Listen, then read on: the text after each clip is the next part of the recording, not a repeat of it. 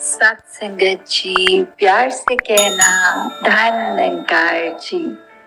ये आत्मा इस शरीर में है, पर ये शरीर को ही मान लेती है सच्चाई।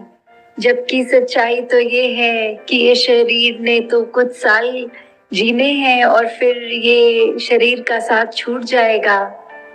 पर इस आत्मा की यात्रा तो लंबी है। तो ये जो परमात्मा है, उसको चाहे हम किसी भी नाम से संबोधित करें, जहाँ आस्था है, ये वही परमात्मा है जो एक कुरुक्षेत्र के मैदान में ये विराट स्वरूप के नाम से था, या ये अभी निराकार के रूप से इसको भगवान, अल्लाह, किसी भी नाम से हम जैसे आस्था रखते हैं, बुलाते हैं। पर ये मूल बात तो ये है कि ये आत्मा इस परमात्मा से आई है। ये जो मालिक है, इसकी जानकारी प्राप्त की जा सकती है, और ये तभी हो सकता है जब हम ये अपना जीवन कि ये लड़ियां चल रही हैं जीवन की, ये सांसें हैं हमारे पास, तो ये संभव हो जाता है। क्योंकि जीते जी ही इसकी प्राप्ति होती है, इसको जाना जाता है। तो अभी वो सुनहरा अवसर हमारे पास है, नहीं तो जब ये सांसें खत्म हो जाएंगी, जब ये लगता है कि बचपन में कि अभी तो उम्र बहुत है, इसकी प्राप्ति बाद में कर लेंगे, ये भक्ति वाला जीवन बाद में शुरू करेंगे, फिर युवा अवस्था में भी ये टाल दिया जाता है अगर, तो ये भी कोई गारंटी नहीं है कि बुजुर्गी तक पहुंचना है कि नहीं पहुंचना, क्योंकि किसके कितने श्वास है ये तो किसी को भी नहीं पता। तो हर हाल में, हर पल में इस परमात्मा को जानने के बाद अगर इसे शुक्रिया करेंगे, तो वो ही हर पल को हमारा सुनहरा बना सकेगा। कि कैसे हम अगर इंसान हैं, इस संसार में आए हैं, तो अपने जीवन को एक ऐसा रूप दें, एक ऐसी चाल चलें जो सच में एक मानव वाली चाल होती है।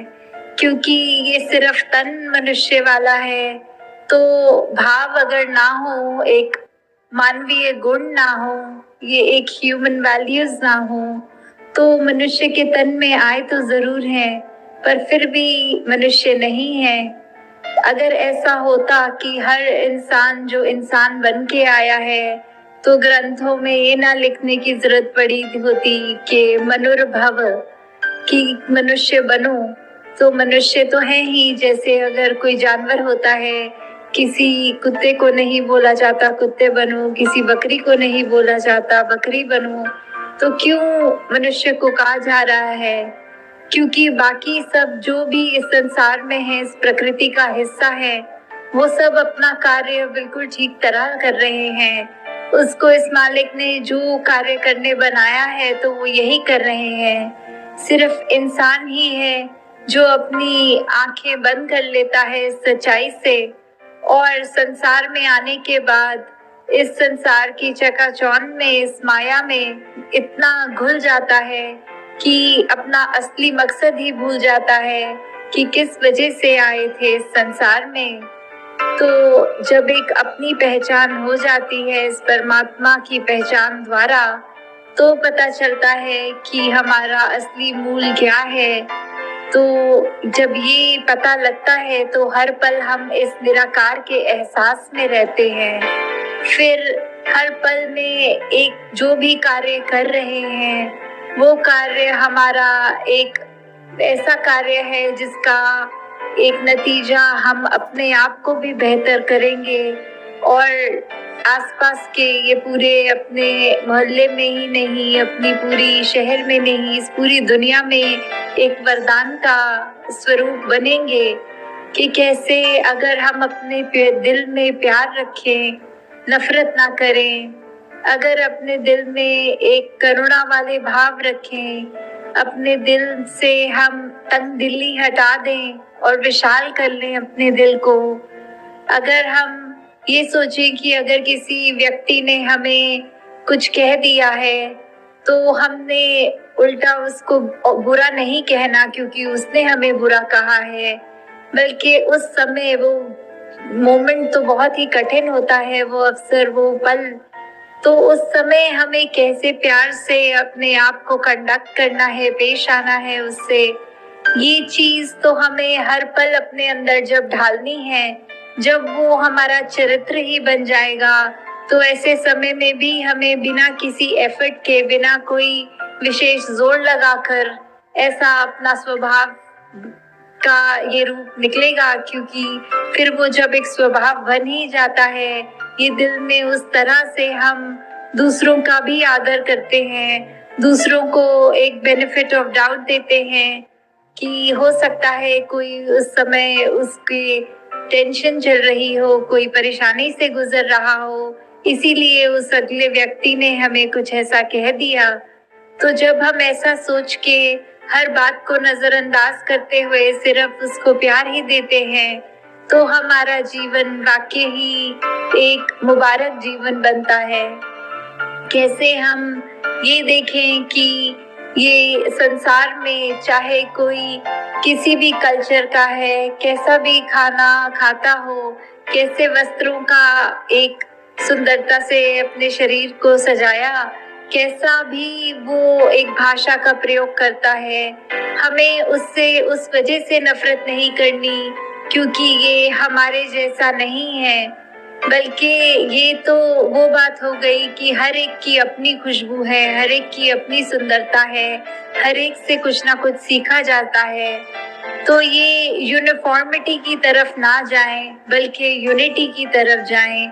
कि ये जो यूनिटी इन डाइवर्सिटी है, कि कैसे हमने एक एकत्व का प्रतीक इस संसार को अगर बनाना है, तो शुरुआत हमें पहले खुद से करनी है। कैसे हर एक में हमने फिर भेदभाव नहीं करने, हर एक से वो एक समदृष्टि वाली निगाह, कि कैसे हमने हर एक को देखना है कि सब अपने हैं। जब ये परमात्मा का ही पता चल गया, ये पिता का पता चल गया, तो फिर इस पिता के तो सभी बच्चे हैं, तो कोई फिर जाति पाति ऊंच नीच कोई ऐसी बात ही नहीं जो एक इंसान को दूसरे इंसान से ये दूरियां बनाने को कहें। फिर कोई वजह नहीं रह जाती कि हम अपने मनों में दीवार बना लें। हमारा सारा फिर ये फोकस एक ये दीवारें गिराने में रहना चाहिए कि कैसे हम प्यार के पुल एक मन से दूसरे मन तक बनाएं, कैसे हम एक ह्यूमैनिटी को जोड़ें, कैसे हम अपने जीवन को संवार लें, कैसे हम हर तरफ एक ऐसा एफर्ट करें कि दूसरे का भी जीवन हमारी वजह से कोई आराम मिल सके, उसको हमसे मिलने के बाद किसी व्यक्ति को ये लगे कि इस इंसान से मिलके अच्छा लगा, इसके गुण जो हैं हमें भी अपनाने हैं। फिर कैसे हम हर एक को एकता का मैसेज सिर्फ बोल के नहीं, बल्कि अपने जीवन में अपने कर्मों द्वारा ऐसे पहुंचा सकते हैं, ये अमन, भाईचारा, यूनिवर्सल ब्रदरहुड, फिर एक हार्मनी इन वननेस वाली बात कि कैसे हमने एक दूसरे का सहयोग करना है, कैसे हमने इस संसार को फिर एक आए तो हैं अपनी जिम्मेवारी भी निभानी है, परिवार के लिए भी, या जो भी कभी बचपन में स्कूलिंग, बड़े होके कॉलेज, फिर अपना एक गृहस्थी का उस तरह से एक मार कामकाज, जैसे भी परिस्थिति जीवन में है, तो वो सब तो करना है, वो तो ड्यूटी है, वो तो रिस्पॉन्सिबिलिटी है, ये तो हमारा कर्तव्य है, उसको जरूर निभाना है, पर इस दुनिया में खो नहीं जाना। ये सब करते हुए भी एक भक्ति भरा जीवन उसको जीना है। जैसे एक उदाहरण, एक अगर कोई हमारा प्रिय मित्र है, तो उसके बारे अगर हम सोच रहे हैं, तो हमें कोई सोचने के लिए अलग विशेष समय नहीं निकालना है, उसके लिए हमारे अच्छे भाव, अच्छे विचार, अच्छी सोच करने के लिए कुछ खास अलग नहीं करना। वो सोच तो हमारी, चाहे हम खाना खा रहे हो तब भी हम उसके भले के लिए मांगते हैं, चाहे हम और कोई कार्य कर रहे हों तो भी सोच रहे होते हैं कि अपने मित्र को मिले हुए बहुत समय हो गया, जल्दी मिलना चाहिए। तो ऐसे करते हुए हमें ये अपने मित्र के लिए जो प्यार की भावना है, जो एक मगन है हम उसकी दोस्ती में, उसके लिए अलग समय नहीं निकाल रहे, अपने कार्य करते हुए उसको याद कर रहे हैं। वैसे ही जीवन में भक्ति को करते हुए कोई खास समय नहीं निकालना। जब भी हम जो भी कर रहे हैं, हमारा जीवन, हमारी सोच, हमारा व्यवहार, हमारे कर्म ऐसे बन जाते हैं कि उसमें भक्ति हर समय रच जाती है। तो कैसे ये भक्ति की शुरुआत हो? ये भक्ति को भी हम अगर ये मान ले कि हमने बहुत ही रिलीजियस स्क्रिप्चर्स पढ़ लिए हैं, हम तो अपनी आस्था रखते हैं कहीं, वो सब मुबारक है। पर पहले किसी भी धार्मिक स्क्रिप्चर को अगर हम पढ़ लें तो पढ़ने में यही संदेश आता है कि इस परमात्मा को जाना जा सकता है, ये विराट स्वरूप देखा जा सकता है। तो जब हम इसकी जानकारी ले लेंगे तो ही ये असली मायने में हमारी भक्ति शुरू होगी। फिर वो भक्ति भी वैसी होगी जिसके बदले में हम इस परमात्मा से कुछ ये नहीं चाहेंगे कि परमात्मा हम तेरी भक्ति कर रहे हैं, इसके बदले हमें कोई ये चीज चाहिए कि वो चीज चाहिए। नहीं, फिर वो एक समर्पित भाव से भक्ति शुरू होती है। फिर ये मान के कि प्रभु तूने इस संसार में हमें लाया है, हमें श्वासें दी हैं, तो ये श्वासों में बस हर श्वास में तेरा शुक्रिया हो।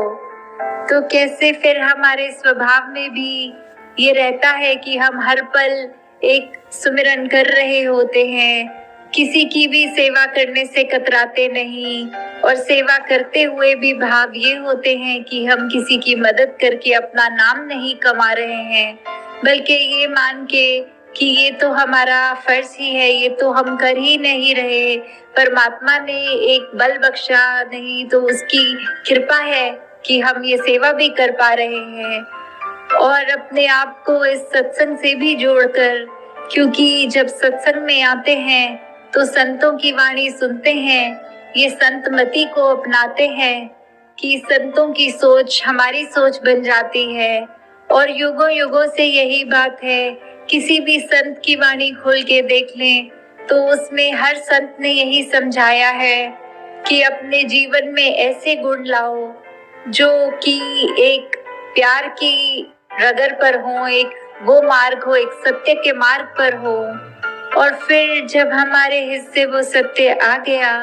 तो हमने अपना मुख तो उजला कर लिया, हमारे ऊपर वो रोशनी, वो कृपा इस ब्रह्म ज्ञान की हो गई, तो फिर वो हर एक तक पहुंचाने का जो जिम्मेवारी बनती है। तो ऐसे ही अगर हम अपने जीवन में सोचें कि हमें किस प्रकार का इंसान बनना है, वो सोच हमारी है, वो दातार ने हमको चेतनता बख्शी है, एक विवेक बुद्धि दी है। अब उसका उपयोग कैसे करना है वो हमें ही चुनाव करना है। और ये चुनाव अच्छी तरह सही तरीके से तभी होता है जब इस मालिक का एहसास हो मन में, क्योंकि फिर उस एहसास के साथ हम कोई कार्य करते हैं तो वो कार्य गलत नहीं होता, वो फिर सही होगा अपने आप। तो जैसे एक उदाहरण भी आ रहा है ध्यान में कि दो मित्र थे बच्चे, तो वो बच्चों ने, एक के पास बहुत खूबसूरत पेंसिल्स थी और दूसरे मित्र के पास बहुत ही सारी टॉफियां थी। तो वो दोनों मित्रों ने बात करते हुए कहा कि ऐसा करते हैं, तुम मुझे अपनी सारी टॉफियां दे दो और मैं तुम्हें अपनी पेंसिल सारी दे दूंगा। तो जब उन्होंने ऐसा किया तो वो एक मित्र जिसके पास टॉफी थी, उसने एक टॉफी वो छुपा कर अपनी जेब में डाल ली और बाकी उसको दे के बोला, ये लो मेरी सारी टॉफियां रख लो। और जिसके पास पेंसिल्स थी उसने वो सारी पेंसिलें दे दी उसको, अपने पास कुछ नहीं रखा। फिर जब वो घर गए, रात हो गई, तो जो मित्र जिसने अपना सब कुछ दूसरे मित्र को दे दिया था, अपनी सारी पेंसिल्स दे दी थी, वो तो बहुत ही खुशी से सो गया कि मेरे को इतनी सारी टॉफियां मिल गई हैं। उसने वो टॉफियां खाई भी और आनंद भी लिया उसका। पर जिस मित्र ने एक टॉफी अपने पास छुपाकर सारी पेंसिल्स दूसरे मित्र की ले ली थी, वो रात को ठीक से सो नहीं पाया, क्योंकि उसके मन में यही विचार थे कि दूसरे ने मेरे साथ चीटिंग तो नहीं करी, कहीं कोई सबसे सुंदर पेंसिल उसने छुपा तो नहीं ली। तो अगर हम ऐसे ही मन में भाव बनाएंगे कि हमारे पड़ोसी को हम चालाकी कर रहे हैं और उससे हम ये एक्सपेक्ट करें कि उसने भी आगे से की हो, तो ऐसे विचारों को दूर रखते हुए अपने जीवन से, और ये पड़ोसी से मतलब सिर्फ वो नहीं कि घर के बिल्कुल साथ रहने वाला, ये तो हर एक को अगर वैसे देखें कि ये संसार में जहाँ हम रहते हैं हर कोई ही अपना है, हर कोई ही अपना पड़ोसी है, तो कैसे हर एक से प्यार करना है, हर एक से ये सोचते हुए कि हमने एक दूसरे के सहयोग से सहारा बनना है एक दूसरे का, हर एक के लिए एक दिल से उपकार करना है। तो ऐसी सोच को हमने जब धारण किया करना है, तो ही वो एक असली रूप में एक शुभ सोच है, एक अच्छी सोच है, एक संतमति है। तो फिर वही बात कि अगर पड़ोसी से हम ऐसा नाता जोड़े, ना कि ऐसा कि हमारे को उससे तकलीफ है तो हम उसको नुकसान पहुंचाएं। जैसे एक शायर ने भी बहुत अच्छा ये लिखा है, अरे ओ जलाने वाले, ये तेरा ही था नशेमन, जिसे तूने फूंक दिया मेरा आशियां समझ के। कि पड़ोसी को तो ये लग रहा था कि उसने अपने पड़ोसी का घर जलाया है, पर वो चिंगारी ऐसे उसके अपने घर पे ही पड़ गई कि पड़ोसी के घर को तो नुकसान कुछ नहीं हुआ, उसका अपना ही घर जल गया। तो कैसे हमने अपने मन में ये भाव रखने हैं कि हम पड़ोसी के घर पे अगर लगी आग देखते हैं तो उसमें पानी बुझाने वाला काम करें, ना कि आग लगाने वाला। कैसे हमने मन में एक दया रखनी है हर एक के लिए, चाहे अपना हो बेगाना हो। और ये बेगानेपन का भी भाव तभी खत्म हो सकता है जब हम एक अपनत्व रखेंगे हर एक के साथ, कि ये हर कोई इस संसार में हमारा है। तो किसी से फिर दिलों में ये दरारें नहीं आएंगी, ये दिलों से बस प्यार की भावना ही उपजेगी। फिर हम अपना एक रूप उसके आगे ऐसा रखेंगे कि हम आपकी सेवा करने के लिए ही इस संसार में आए हैं। तो वो भाव जब होगा तो असली रूप में हमारा जीवन एक संवर जाएगा। एक को जानो, एक को मानो, एक हो जाओ। तो कैसे सबसे पहले तो किस एक को जानना है? ये एक परमपिता परमात्मा, ये एक ही जो हर कोई धर्म ग्रंथ इस एक का ही जहाँ जिक्र करता है कि इसी एक से ही ये पूरा ब्रह्मांड का उजागर, इस एक के ही अंश हम सब हैं। और पूरी ही ये जो बात इसी एक पर शुरू होती है कि ये केंद्र बिंदु, ये परमपिता परमात्मा निरंकार, जब इसको जान लिया, ये ब्रह्म ज्ञान की दात प्राप्त हो गई, तो फिर इस एक को मानने की बात, ये जो सेकंड स्टेज है कि कैसे इसको माना जाए। तो जब इसको जान लिया तो फिर वो मानना एक स्वाभाविक हो जाएगा, एक इसमें विश्वास टिक जाएगा, एक ये सच्चाई की ओर जब मुख हो जाएगा, तो ये इसको जिस तरह अगर किसी को अगर ऐसे बात करा जाए, कोई कोई इंट्रोड्यूस करे, ये दोस्त है, और दोस्त का नाम ले ले, तो आपने हो सकता है वो नाम तो सुना होगा, पर उस इंसान से रूबरू नहीं हुए तो फिर उसको मान नहीं पाओगे कि किस तरह का इंसान है। तो जब उस इंसान से एक इंट्रोडक्शन हो जाती है, एक पहली मुलाकात हो जाती है, तो फिर उसको मान भी लेते हैं कि ये इस तरह का व्यक्ति है। तो ऐसे ही जब इस ब्रह्म ज्ञान, इस ईश्वर परमात्मा को जान लिया, इसके ऊपर विश्वास टिका के इसको मान लिया, तो फिर स्वाभाविक सी बात है कि एक हो जाना ही ऑप्शन होती है और कोई दूसरी होती नहीं, क्योंकि जब पता है कि इस एक की ही रचना, इस कादर की कुदरत, सब एक ही है, इस एक से ही ओरिजिन है, इसी से शुरुआत हुई, तो कैसे फिर एक आपसी मनमुटाव भी नहीं, हर एक में बस एक दूसरे के लिए सद्भावना, प्यार और ये पहचान कि सब एक पूरा संसार, सभी एक हैं। तो ये बात जब एक समझ आ जाती है, तो ये जीवन में एक इसके ऊपर, मैसेज के ऊपर चलना ये बहुत आसान हो जाता है। नहीं तो अगर ये बात की समझ ही नहीं आई, तो एक स्वाभाविक है कि बहुत ही ये सुपरस्टिशंस कह ले, चाहे अंधविश्वास, उसमें भी इंसान बहुत उलझा रहता है। तो एक ये पहचान ही गुरमुखों की कि किसी भी सुपरस्टिशन या अंधविश्वास की बात नहीं करते। ये कहीं भी भेदभाव, चाहे वो जाति पाति, ये रंग नस्ल, ये क्षेत्र या और इस तरह के जितने भी एक अभिन्न जो अलग करने वाली बातें हैं, उसमें भी कैसे एकता का एक भाव देख लेते हैं, उसमें एक कॉमन फैक्टर देख लेते हैं, इस परमात्मा को। तो जब इसी पे आधारित होंगे, इसकी समझ आ जाएगी, इस पे विश्वास कर लेंगे, तो फिर हम मनों से हर एक संसार, जहाँ वो वननेस की बात हो, वो यूनिटी इन डाइवर्सिटी की बात हो, वो एक किस तरह एक हार्मनी एंड वननेस की, हम हर एक में ही एक एकता की बात की, अलग अलग एक यूनिफॉर्मिटी होने की जरूरत नहीं है कि दिखने आकार एक जैसे ना भी हो, भिन्न भिन्न भी हो, तो भी वो अंदर से तो हम एक ही हैं। तो दाता ये समझ हर एक के अंदर दे, तो वाकई ही ये संसार एक परिवार रूप हो जाएगा। वाकई ही हर किसी में प्यार और आंसू पोंछने का एक हर कोई इंसान वही एक अपना फर्ज निभाएगा, ना कि दुख देने का। तो दासी और शब्दों का सहारा ना लेकर इन्हीं शब्दों से आपसे आज्ञा चाहेगी कि सात संगत जी, धन निरंकार जी।